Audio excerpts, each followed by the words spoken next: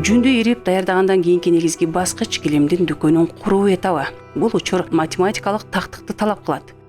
Токтакан айым түрлөрдү сызгыч же кагазсыз эле жипке түшүрөт. Ар бир түйүнүн колу менен байлап, 1 чарчы метр килемге миңдеген, миллиондогон түйүндөрдү түшүрөт.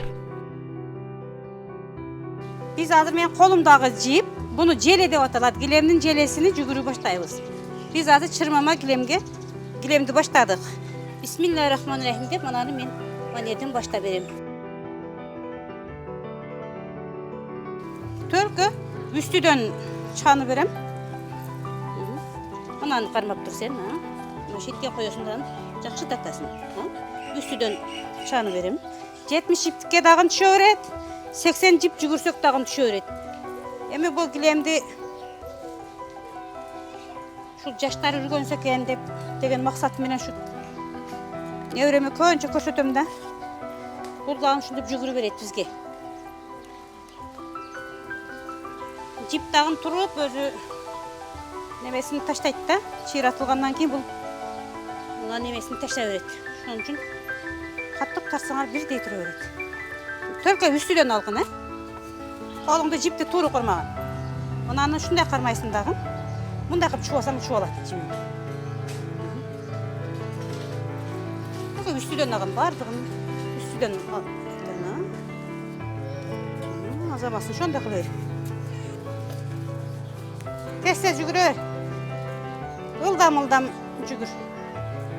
Тез жүгүргөн неме? Tez bütöt. Söz unçukla. Başladık ayağı mana бүтүп атат. Бул дагы бир жакшы элге жакшы жүрөргө себеп. Башыдан келип, аяга келгенде нерсиге сүйүнчү экендер да.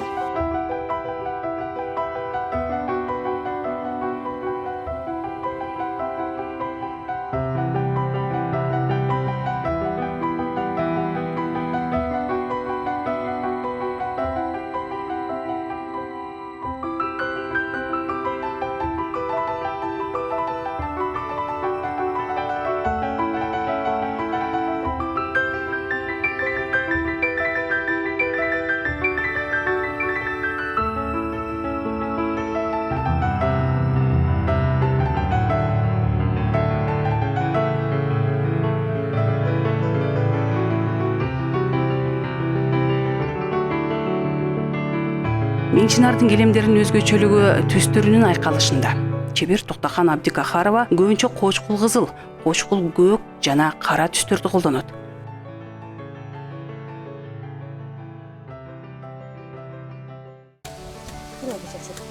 Endi bunu taktagın, özüme aşırıp taktım. Sadece.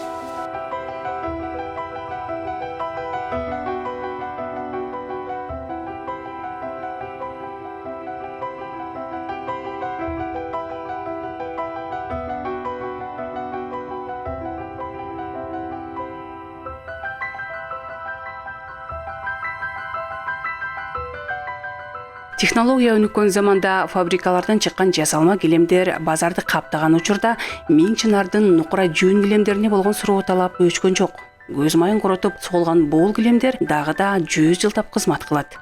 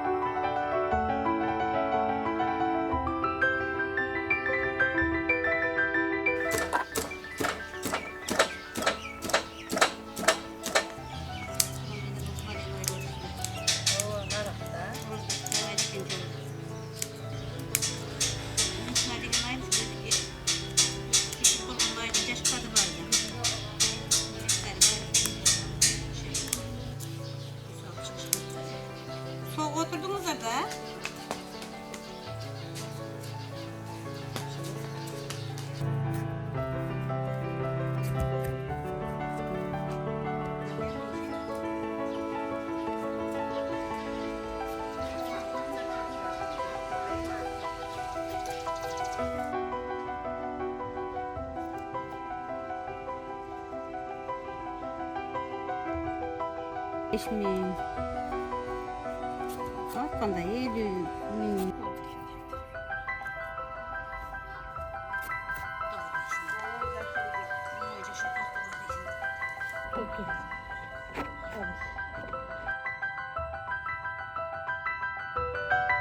Карман үйдөгү кыз келинге бул өнөрдү эбегали үйрөтүп койгон. Жардамчы колдор бары болсо килем согуу процесси бир аз ылдамыраак жүрөт. Иш дагы батарбайт.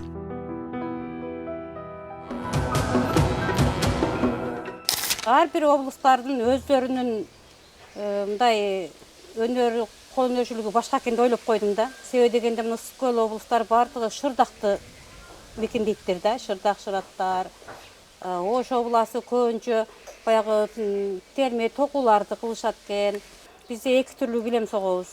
Бири кол килем деп коюлат, байланып, кыркылып, бычак менен кыркып, анан кайчы менен тегизеп, муну кол килем немесин бул, анан чырмама деген килемибиз болот да. Мында бычак иштетилбейт, кайчы иштетилбейт, аркак иштетилбейт. Өзүнүн эле түрүбүз баягы аркак болуп кетип, анан ошонун өзү гүлдөр чыгара беребиз. Шахмат гүлдөр чыгарабыз, мындай оймолор салсаң дагы боло берет. Азербайжандан бир бала келип айтып берди, килемдери өтө жука болот экен, мен 6 жылда бүтүрдүм дейт да. Биздин мындай материал сыяктуу эле да. А биздики 25 күн, 35 күн сого турган болсоң бир килемди, биздики өтө калың. Табигый жүннөн экендиги билинип турат да. Колубузда ийриле жоон болот биздики, синтетичный немелер көп болот экен, материалы. Булар жука ийрилет экен, дагы олордун килеми жука болот экен, биздики өтө калың болот. Себеби дегенде илгери кыргыздар пол кылган эмес да, кыргыз үйдө жашашкандагы полдун ордуга полундан роль аткарган да, кол килемчи. Астындагы закты өткөрбөйт. Кол өнөрчүлүк үй бүлөмүнөн, чеберчилик мага негизи үй бүлөмүнөн өткөн. Ошол жаштыгымдан эле килем, тар, киз кылып согуп жүргөнбүз. Анан ушу күнгө чейин мен калтырбай келет жатам буну. Себеби дегенде малыбыз бар, жүндөр ийрилет, ар жерде калып кетет. Мен коймун, мен калтырбаймын. Илгертен ата-энемдин кылган мурастары, бул ата-энемден калган ушундай токулган килемдер бар. Карасам булар калып баратат. Өзүм ушу кыргыздын буюмдарга немеге өтө басым жасагандыгым үчүн ташташагым келбейт да буларды. Анан килем согобуз, кыздарыма кылып бердим. Кошуналар бардыгыбыз биргеликте кылсак алгылап согуп алабыз, бири-бирибизге акыл беребейбиз. Акылдашып бул экита килем согуп экөөбүз күн кийинибизге сенки деп эле мындай маслихатташып алып сого беребиз. Биздин бул кыргызыбыздын баалуулуктарыны чет өлкөлөргө тааныткым келет да. Менин эң жакшы жетишкендиктеримдин бири бул Өзбекстан Республикасыга президент Шавкат Мирзиёевич өзү чакыруу жөнөтүп, Хивада өткөн биринчи фестивалга катышып келдик да. 35 мамлекеттен биз 2-3 орунду алдык. Ал жерде көп тажрыйба алмаштырдык, достор арткыздык. Көптөгөн мамлекеттер келди, өзүбүздүн кыргыздын ушул кол килемимди алып бардым. Тажрыйба алмаштырдык, кандай кылсак болот экен. Биз дагы ушу кыргыздын көп жылдарга аркабыздан калса дейм, ушу Улуу Жибек жолу немеси аябай жакшы болду, гильдиясы, мисалы ушулар менен биргеликте биз бардыгыбыз чогуу болуп баягы өнөрчүлүктөрдү өркүндөткүбүз келет да. Райондор боюнча, областтар боюнча фестивалдар болуп, ушу 7 областтын фестивалдарга катышып жүрүп, бизде килем деген статусту алабыз, Баткен облусу килем мекени деген статустун алабыз деп биз көбүрөөк аракет кылгандыгыбыз үчүн уже баш көтөрүлүп калды азыр. Ар бир айылдарда кылам деп аткандар бар, илгери кылып жүрүп эле тешип аткандар бар. Мунун кандай пайдасы бар эди? Муну биз дагы эле кылып жүргөнбүз, биз эле согобуз дешет. Эми биз өнүгүп баратабыз, бирок өсөлбөй атабыз да.